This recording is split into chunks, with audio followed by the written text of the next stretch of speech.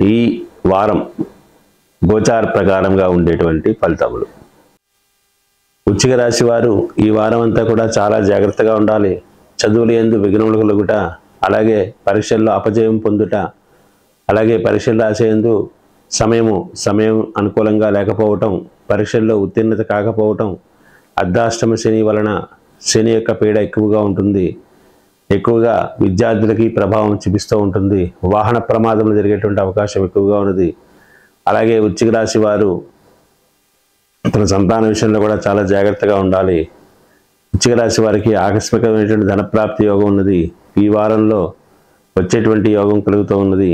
ఈ యొక్క ఆకస్మిక ధన ప్రాప్తి అనేటువంటిది రాహుగ్రహ ప్రభావం చేత వస్తుంది కాబట్టి ఆ వచ్చినటువంటి ధనాన్ని విపరీతమైనటువంటి ఇతర కార్యక్రమాలకు ఉపయోగించకుండా ఉపయోగపడేటువంటి కార్యక్రమాలకి ఉపయోగిస్తే మీకు ఇంకా ఇష్టమైనటువంటి ఫలితాలు ఇస్తాయి రాహువు.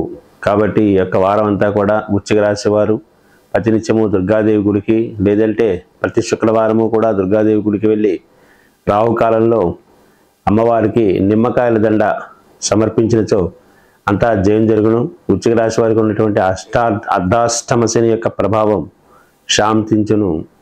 మీరు ప్రతినిత్యము కూడా శివాలయములకు, దుర్గాదేవి గుడికి వెళ్ళి ప్రదక్షిణములు చేసి అక్కడ ధ్యాన శ్లోకములు కూడా స్మరిస్తూ నిత్యము కూడా ఈ వారం అంతా కూడా గడిపించు.